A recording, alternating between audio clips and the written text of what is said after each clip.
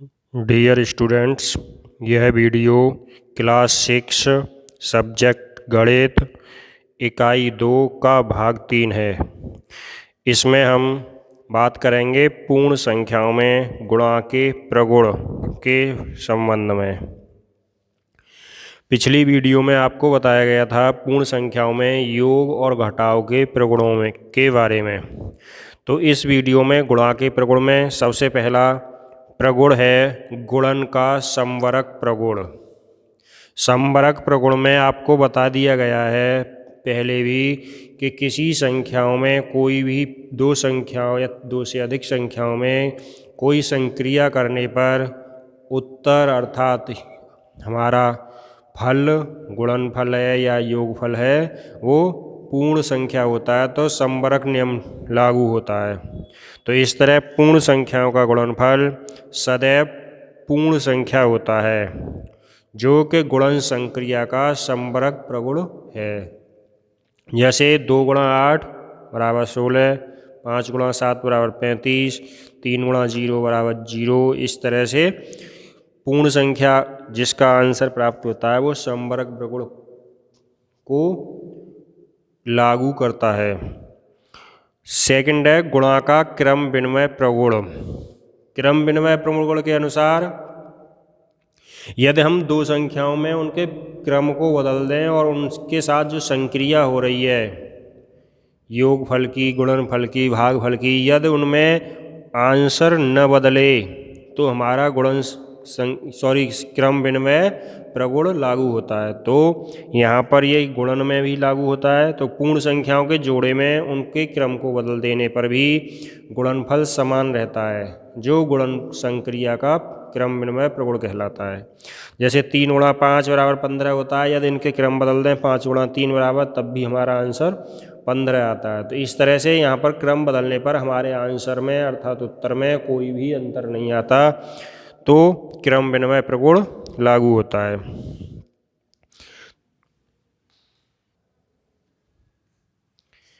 इसी क्रम में तीसरा प्रगुण है शून्य का गुणन प्रगुण। तो किसी पूर्ण संख्या में शून्य का गुणा करने पर गुणनफल सदैव शून्य आता है, जो शून्य के गुणन प्रगुण को लागू करता है अर्थात सिद्ध करता है। तो 0 में 0 का गुणा करते हैं तब भी आंसर 0, 0 में 5 का गुणा करते हैं आंसर 0, या 7 में 0 का गुणा करते हैं या 20 में 50 में, यानी किसी भी संख्या में शून्य का गुणा करते हैं तो आंसर शून्य ही आता है, जो कि शून्य का गुणन प्रगुण सिद्ध करता है। चौथा प्रगुण है गुणन का तत्समक अवयव। यदि हम किसी संख्या में 1 का गुणा करते हैं तो गुणनफल हमारी वही संख्या रहती है, यानी किसी भी संख्या में जिसमें हम गुणा कर रहे हैं तो आंसर वही संख्या आता है। तो 4 में 1 का गुणा करने पर 4, 5 में 1 का गुणा करने पर 1, 5, 0 में 1 का गुणा करने पर 0, या 1 में 0 का गुणा करने पर 0। तो इस तरह से किसी संख्या में 1 का गुणा करने पर आंसर वही आता है जो हमारे तत्समक युग्मक को अर्थात अवयव को सिद्ध करता है। पांचवा प्रगुण है गुणन का साहचर्य प्रगुण। साहचर्य प्रगुण के अनुसार किन्हीं 3 पूर्ण संख्याओं की गुणन संक्रिया में संख्याओं के क्रम को बदल देने पर गुणनफल नहीं बदलता। यानी क्रम विनिमय में केवल हम 2 संख्याओं का गुणा कर रहे थे और उनका क्रम बदल रहे थे, यहाँ पर हम 3 संख्याओं में किन्हीं भी 2 संख्याओं के क्रम को बदल दें या उनके युग्म बना दें, परंतु हमारे गुणनफल पर कोई प्रभाव न पड़े। जैसे 5 गुणा कोष्टक में 4 गुणा 7 बराबर 140, यानी 4 और 7 का युग्म बनाया यहाँ पर हमने। तो 4 सत्ते 28 एक जगह करेंगे, पहले कोष्टक हल करते हैं, आप जानते हैं। तो 4 सत्ते 28, 28 में 5 का गुणा 140। इसी तरह यदि हम 5 और 7 का युग्म बना दें तो 5 गुणा 7 गुणा 4, तो 5 सत्ते 35, 35 में 4 का गुणा करेंगे आंसर 140।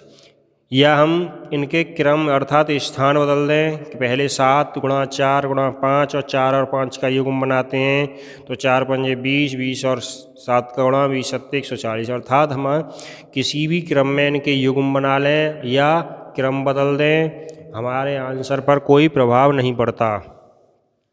तो ये साहचर्य प्रगुण प्रदर्शित करता है। छठा प्रगुण है कि योग पर वितरण, यानी 3 पूर्ण संख्याओं के लिए एक संख्या का 2 संख्याओं के योगफल में गुणा करते हैं। अर्थात 3 संख्याओं में से किन्हीं 2 संख्याओं का योगफल करें और उसमें हम किसी एक संख्या का गुणा करें, तो गुणनफल हमारा पहली व दूसरी संख्या के गुणनफल और पहली और तीसरी संख्या के गुणनफल के योगफल के बराबर होता है।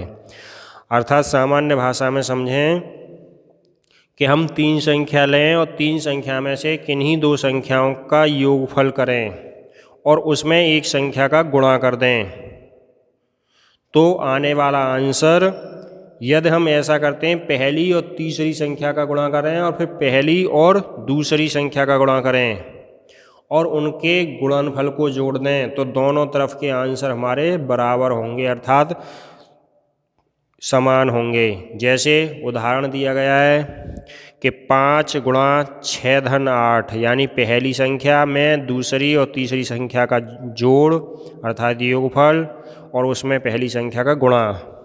तो हम यहाँ पर गुणा करते हैं पहली संख्या में दूसरी और तीसरी संख्या के जोड़ अर्थात 6 और 8 का, 6 और 8 को जोड़ते हैं 14, 14 में 5 का गुणा करते हैं, 14 पंजे 70, यानी आंसर आता है हमारा 70।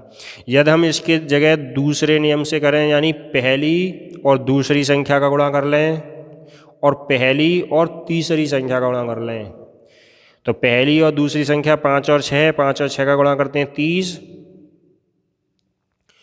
और 5 और 8 का गुणा करते हैं तो 40। तो इस तरह से हमारा गुणा 30 और 40 को जोड़ने पर आंसर आता है 70, जो कि हमारा पहले नियम से ही 70 आ रहा है। अर्थात दोनों तरफ आंसर हमारा दोनों तरीके से किसी भी विधि से करते हैं आंसर बराबर आता है, जो कि हमारे योग पर वितरण को सिद्ध करता है। अर्थात यहाँ पर योगफल हो रहा था, उसका हमने वितरण कर दिया अर्थात उसको हमने बांट दिया, तो इस तरह से दोनों तरफ आंसर बराबर आए, वो योग पर वितरण। इसी तरह घटाव पर वितरण होता है, बिल्कुल उसी की तरह से वहाँ पर केवल आपको योग की जगह घटाना है, यानी जोड़ने की जगह घटाना है। तरीका विधि सब कुछ वही है। तो जैसे मान लीजिए हम संख्या लेते हैं 7 और उसमें 2 संख्याओं को आपस में घटाते हैं 9, यानी दूसरी संख्या 9 में से 4 घटाई हमने, तो 7 गुणा 9 में से 4 घटा के 5 आया, क्योंकि पहले हम कोष्टक हल करेंगे इसलिए। तो 7 पंजे 35, आंसर आता हमारा 35। यदि हम इसको वितरित कर देते हैं तो पहली और दूसरी संख्या का गुणा यानी 7 और 9 का गुणा घटाओ पहली और तीसरी अर्थात 7 और 4 का गुणा, तो 7 और 4 का गुणा 28 और 7 और 9 का गुणा 63 और 63 में से 28 घटाएंगे तो आंसर 35, अर्थात दोनों तरफ का आंसर हमारा समान है। तो इस तरह से गुणन संक्रिया का घटाव पर भी वितरण इसी प्रकार होता है। इसी क्रम में आपकी एक्सरसाइज शुरू होगी, तो पहले इसको समझ लें और ध्यान से लिखें और इसके आधार पर आप अपनी एक्सरसाइज को करके देखें। फिर अगली वीडियो में आपको एक्सरसाइज समझाई जाएगी और उसके आधार पर आपको क्वेश्चन करने हैं। धन्यवाद।